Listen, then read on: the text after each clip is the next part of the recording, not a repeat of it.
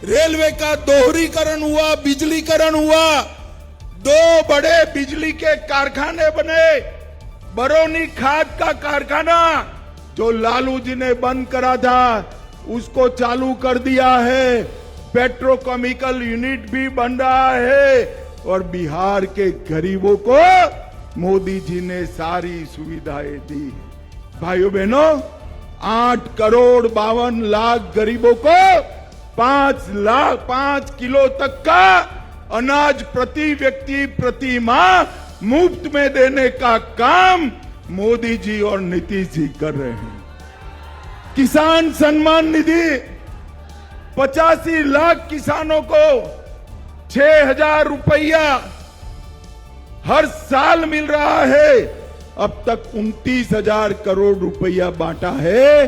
अब हमने तय किया है, अरे सुनो यार, सुनो, अब हमने तय किया है, सीतामढ़ी वालों 11 की 11 सीटें जिता दो। किसानों को अब 6,000 की जगह 9,000 रुपया हर साल मिलेगा। 9,000। 44 लाख गरीबों को घर दिया। 1 करोड़ 17 लाख माताओं को गैस का सिलेंडर दिया। 1 करोड़ 60 लाख शौचालय बनाए।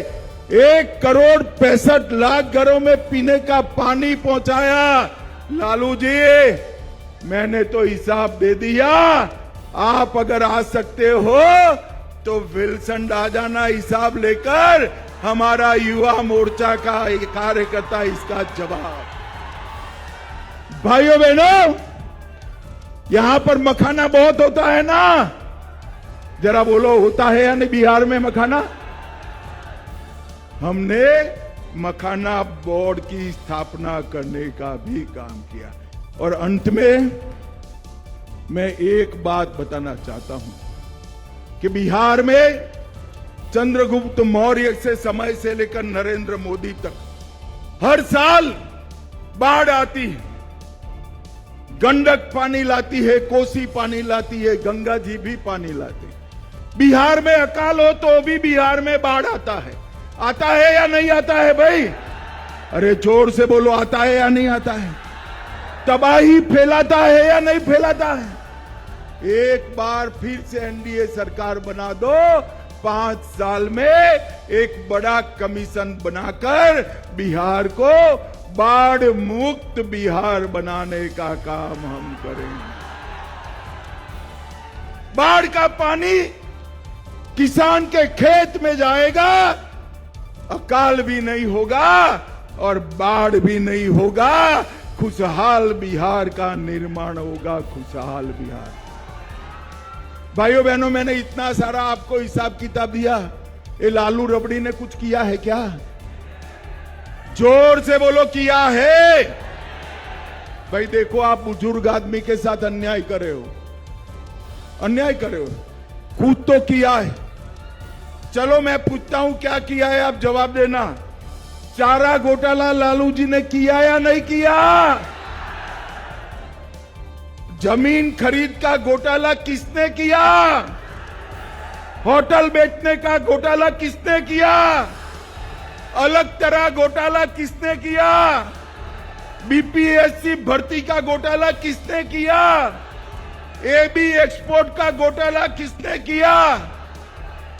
अबे जो लोग लाखों करोड़ों के घपले घोटाले भ्रष्टाचार करते हैं, वो बिहार का गरीबी दूर कर सकते हैं क्या? जरा जोर से बोलो, बिहार को विकसित बिहार बना सकते हैं? भाइयों बहनों, नीतीश कुमार और नरेंद्र मोदी की जोड़ी ही बिहार को विकसित बिहार बना सकती है, विकसित बिहार बना सकती है। मैं आज सीतामढ़ी के सभी मतदाताओं को कहने आया हूं, बेलसन के सभी मतदाताओं को कहने आया हूं, 11 तारीख को मतदान है। सुबह सारी दीदी माताओं को भी कहता हूं, पहले मतदान फिर जलपान। बिहार विधानसभा में नेता प्रतिपक्ष और लालू प्रसाद यादव के छोटे बेटे तेजस्वी यादव ने आखिरकार अपने बड़े भाई तेज प्रताप यादव के खिलाफ चुनावी मैदान में उतरकर बड़ा संदेश देने की कोशिश कर दी है। महुआ विधानसभा सीट पर अपने प्रत्याशी मतलब आरजेडी के प्रत्याशी मुकेश रोशन के लिए चुनाव प्रचार करते हुए तेजस्वी यादव ने महुआ के लोगों से अपील की, किसी भी तरह का कोई कंफ्यूजन मत रखिएगा, पार्टी बड़ी होती है। महुआ से लालू यादव के बड़े बेटे तेज प्रताप यादव अपनी अलग पार्टी जनशक्ति दल बनाकर यानी जेजेडी बनाकर चुनाव मैदान में उतरे हुए हैं और अब उन्होंने ताल ठोकी है और वो कह रहे हैं कि अब वो भी राघोपुर जाएंगे क्योंकि तेजस्वी आए हैं उनके खिलाफ प्रचार करने के लिए।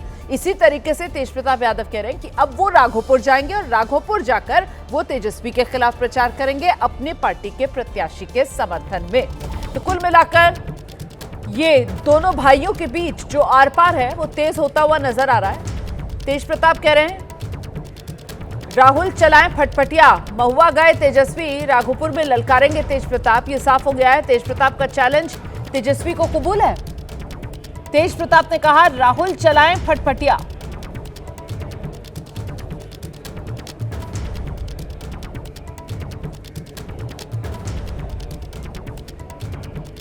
बाहर गए थे चुनाव प्रचार करने तो कल महुआ वो गए थे। अब महुआ जाने के बाद वहाँ का जो विधायक है महुआ के लोगों के ऊपर लाठी चार्ज करवाया।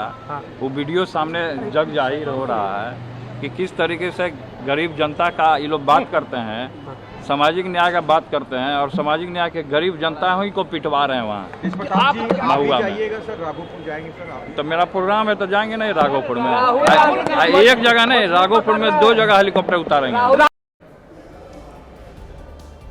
तो ये तो आपने तेज प्रताप को सुना, वो किस तरीके से तेजस्वी यादव से दो हाथ करने के मूड में कह रहे हैं एक जगह नहीं राघोपुर में हम 2 जगह हेलीकॉप्टर उतारेंगे।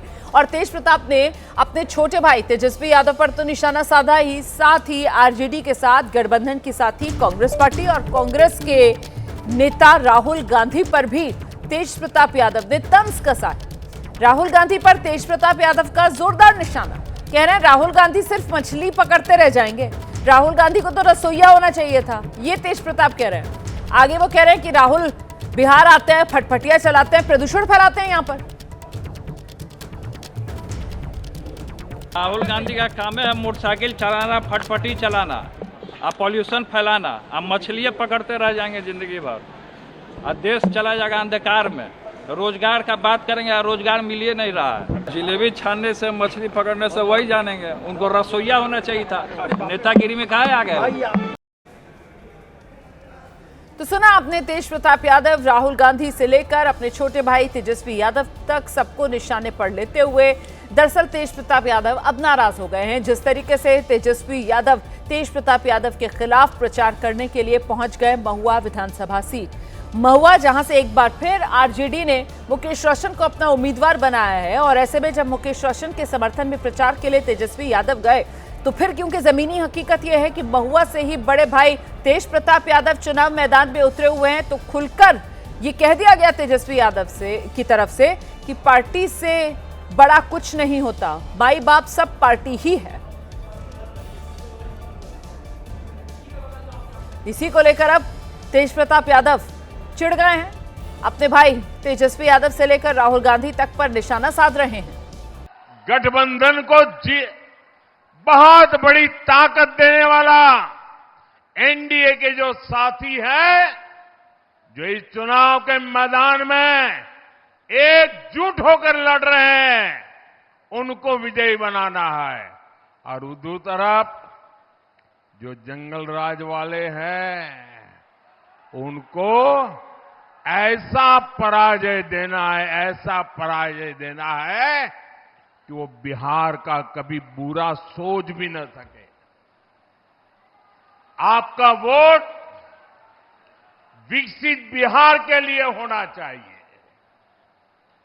साथियों, मैं देख रहा हूं ये पंडाल तो मेरी नजर पहुंचे उससे भी बड़ा बना दिया, लेकिन पंडाल के बाहर इससे भी डबल लोग मैं देख रहा हूं।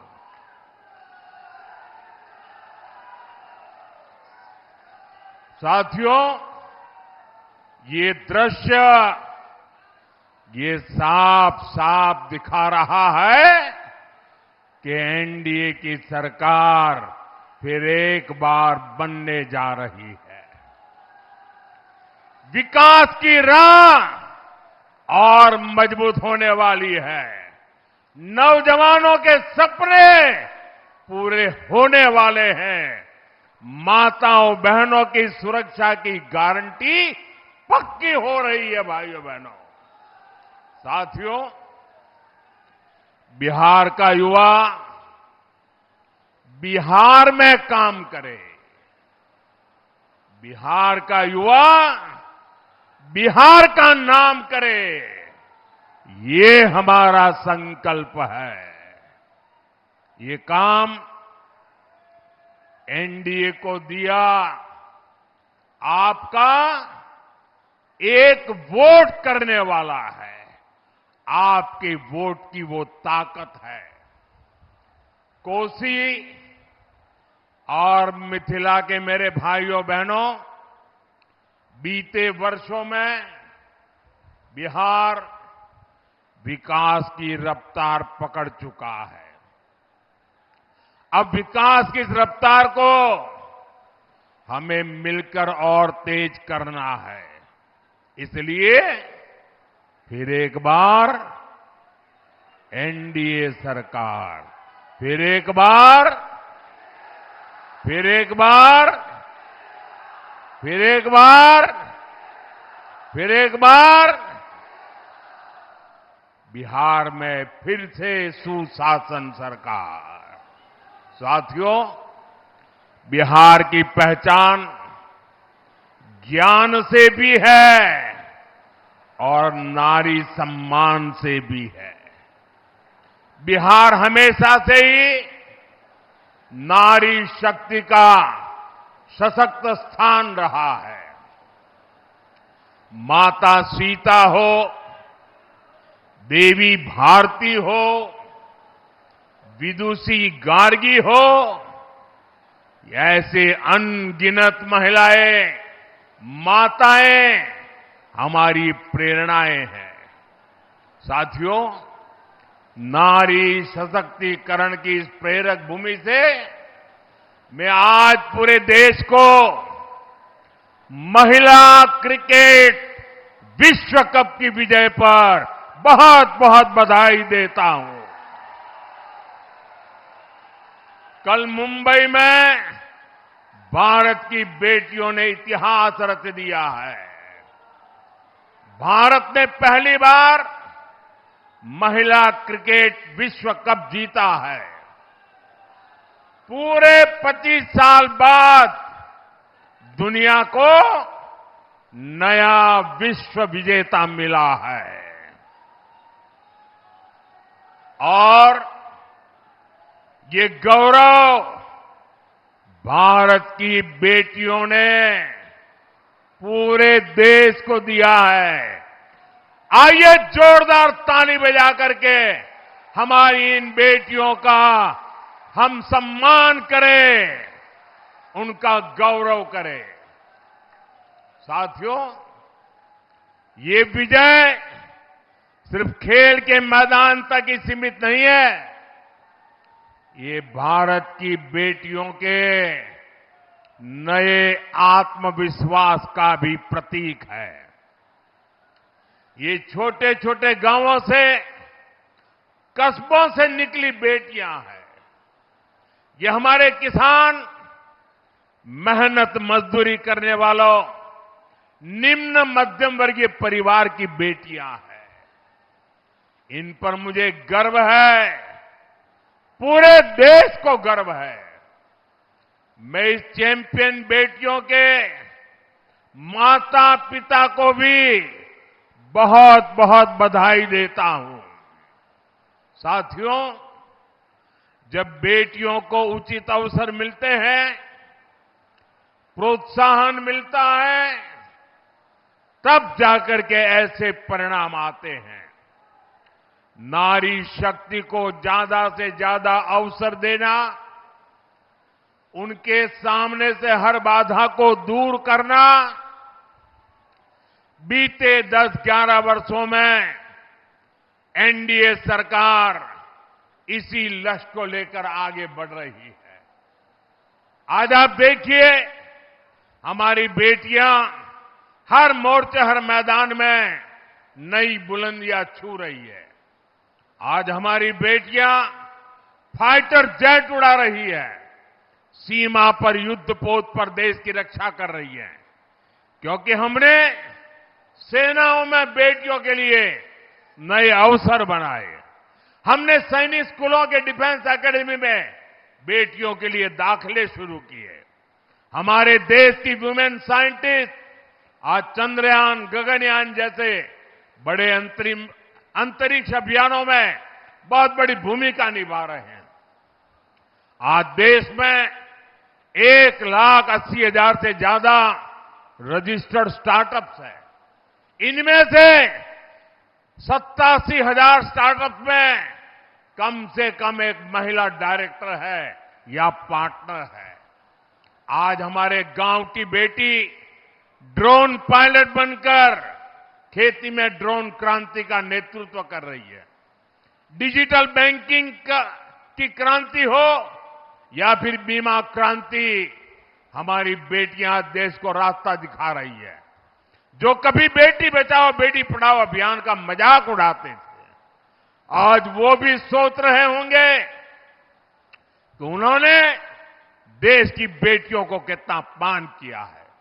साथियों, नारी का सम्मान बढ़ाना, नारी की गरिमा की रक्षा, उनके जीवन की मुश्किलें कम करना, उन्हें रोजगार, स्वरोजगार के अवसर उपलब्ध कराना हमारी सरकार की सर्वोच्च प्राथमिकता रही है। करोड़ों शौचालय बनाकर, करोड़ों घरों में नल से जल पहुंचाकर, उज्ज्वला का गैस कनेक्शन देकर, आयुष्मान भारत के तहत 5 लाख रुपए तक के मुफ्त इलाज की सुविधा देकर, गर्भवती महिलाओं के खाते में सीधे पैसे भेजकर, गर्भवती महिलाओं की छुट्टी बढ़ाकर हमारी सरकार ने महिलाओं की अनेक चिंताओं, अनेक मुसीबतों को कम करने का काम किया है। साथियों, हमारे यहां महिलाओं के नाम पर पहले कोई संपत्ति भी नहीं हुआ करती थी। हमारी सरकार ने 4 करोड़ पीएम आवास बनाए तो पक्का किया कि ज्यादातर घर महिलाओं के नाम हो। आज मुद्रा लोन के तहत जो लाखों करोड़ रुपए दिए जा रहे हैं, उसमें से करीब 70% लोन हमारी बेटियों ने ही लिया है। बिहार के जीविका दीदी अभियान की भी आज देश में चर्चा होती है। साथियों, नारी सशक्तिकरण के हमारे अभियान को बिहार में मुख्यमंत्री महिला रोजगार योजना से भी बहुत लाभ बल मिला है। 2 दिन बाद बिहार में पहले चरण का मतदान होगा, लेकिन वोटिंग से ठीक पहले बिहार की सियासी लड़ाई हिंदू और मुसलमान और पाकिस्तान तक पहुंच गई है और इस लड़ाई का बड़ा चेहरा बने हैं एएमआईएम के प्रमुख असदुद्दीन ओवैसी और महागठबंधन के सीएम चेहरे तेजस्वी यादव। दरअसल एक इंटरव्यू में तेजस्वी यादव से सवाल पूछा गया कि आप सेक्युलर ताकतों के खिलाफ खड़े होने की जब बात करते हैं तो फिर महागठबंधन में असदुद्दीन ओवैसी को आपने साथ क्यों नहीं लिया। इस पर तेजस्वी यादव ने जवाब दिया, महागठबंधन में एक्सट्रीमिस्ट यानी चरमपंथी के लिए कोई जगह नहीं है। अब तेजस्वी यादव के इसी बयान पर असदुद्दीन ओवैसी ने पलटवार किया है और कहा कि मैं तेजस्वी बाबू से पूछना चाहता हूं, जरा एक्सट्रीमिस्ट को अंग्रेजी में लिखकर दिखा दो। ओवैसी ने कहा है कि तेजस्वी यादव दाढ़ी और टोपी वालों को चरमपंथी कहते हैं, जबकि हम तो अल्लाह की इबादत करते हैं, किसी और के आगे सिर नहीं झुकाते। तेजस्वी ने कहा कि ओवैसी, क्या कहा उसने, ओवैसी एक्सट्रीमिस्ट है, चरमपंथी है, इंतहा पसंद है, दहशतगर्द है।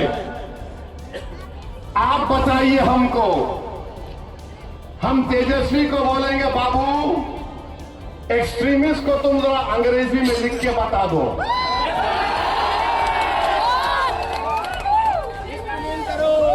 हमको एक्सट्रीमिस्ट बोलता है, नहीं सुनिए, हमको एक्सट्रीमिस्ट क्यों बोलता है?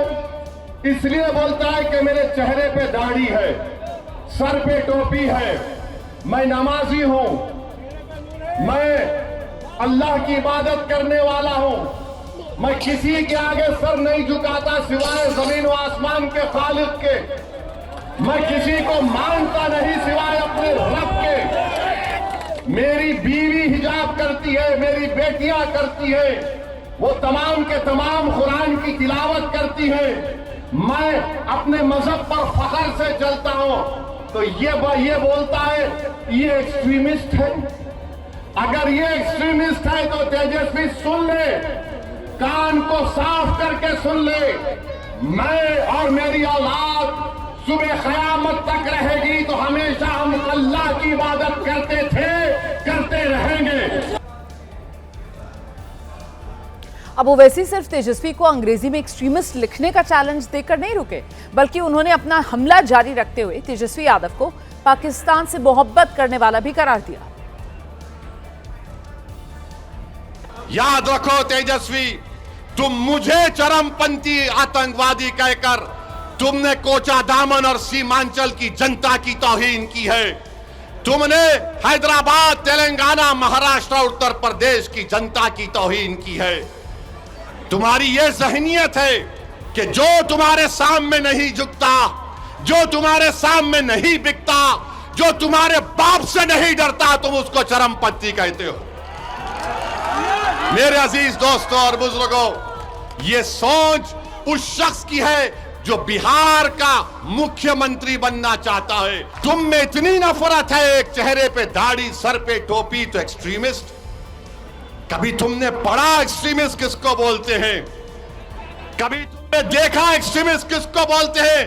अरे सुन तेजस्वी, जब भारत को जरूरत पड़ी पाकिस्तान के आतंकवाद के उस बुज़दिलाना हमले पहलगाम के बाद, तो जब मैंने भारत के पक्ष में बोलना शुरू किया तो पाकिस्तान के जालिम लोग बोल रहे थे कि भारत में एक ओवैसी है जो चरमपंथी है। तो मालूम हुआ पाकिस्तान के लोगों की जबान अब तेजस्वी बोल रहा है। समझा आपने?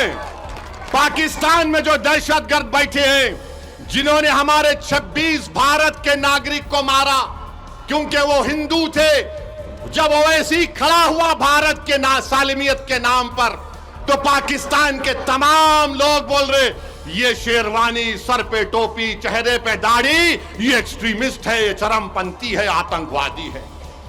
तो लगता है तेजस्वी तुम पाकिस्तान से ये लफ्ज उठाए हो। इतनी मोहब्बत तुमको पाकिस्तान से हो गई तेजस्वी। मुझे पाकिस्तान से कभी ना मोहब्बत थी ना रहेगी।